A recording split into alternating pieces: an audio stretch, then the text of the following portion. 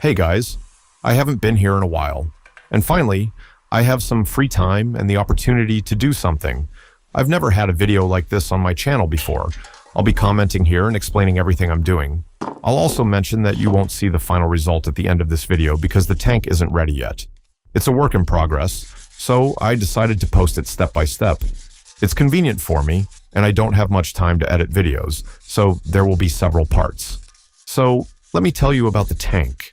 It's a brand new tank, so I didn't completely remove the finish. I know it's new. I just decided to remove the gloss, prep all the surfaces, so I could carefully apply the primer and paint later, and I actually don't know yet what the tank will look like in the end. I just decided to experiment. I have some gold flakes, and I'll apply them to the gas tank first.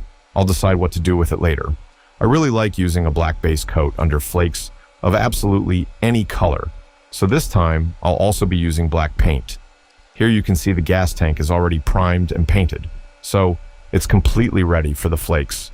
I mixed the flakes with clear coat, and this time I mixed everything in a 10-to-1 ratio. That is 10 parts clear coat to 1 part flake, but I think next time I'll do 7-to-1. In total, I ended up with about 10 ounces of the finished mixture. I applied everything in stages. Honestly, I don't remember how many layers I applied, but I let it dry for 10 to 15 minutes after applying a few layers. Otherwise, it would all run down.